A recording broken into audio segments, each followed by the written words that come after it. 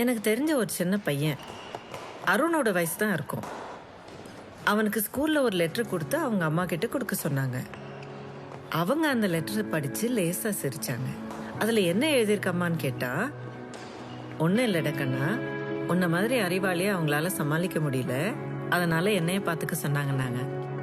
நிஜத்தில் அதில் என்ன எழுதியிருந்தேன்னா, உன் குழந்தை மாதிரி முட்டாளுங்களுக்கு ஸ்பெஷல் ஸ்கூல்ஸ் இருக்கு, அவனை அங்கேயே சேர்த்து விடுங்கன்னு எழுதினாங்க.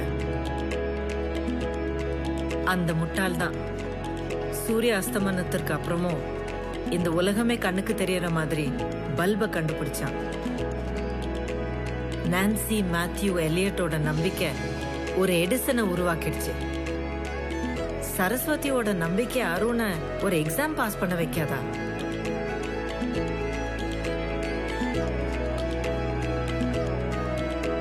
எடிசனோட அம்மா என்ன படிச்சிருக்காங்க?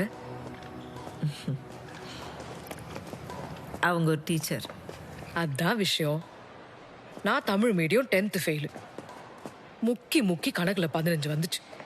இந்த பேட்டை பிடிச்ச மாதிரி அந்த புக்கை பிடிச்சிக்கோ. எல்லாருக்கும் அம்மா தான் முதல் டீச்சர். என் பேச்சு கேளு சரஸ்வதி, நீ ஆரம்பி. அம்மாவா இருந்து உன்னை நான் வழி நடத்துறேன்.